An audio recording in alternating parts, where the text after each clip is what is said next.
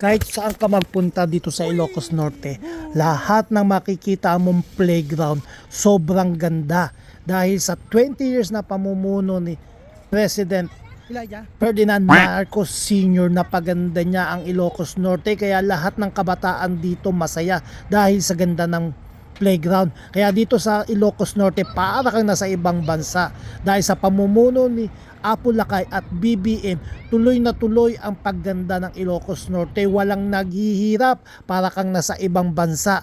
Pag pumunta ka dito sa Ilocos Norte, sigurado mag-i-enjoy ka sa ganda dahil ang dami nilang ginawa. Kaya sa mga matatandang sinungaling dyan na mga magnanakaw daw ang mga Marcos, huwag kayong maniwala dyan sa mga matatandang sinungaling dyan na nagbe-brainwash na mga adik ang mga Marcos. Huwag kayong maniniwala. Pumunta kayo dito sa Ilocos Norte at makikita nyo gaano kaganda ang ginawa ng mga Marcos dito sa Ilocos Norte. Ang gaganda ng playground, para kang nasa ibang bansa. Punta na sa Ilocos Norte.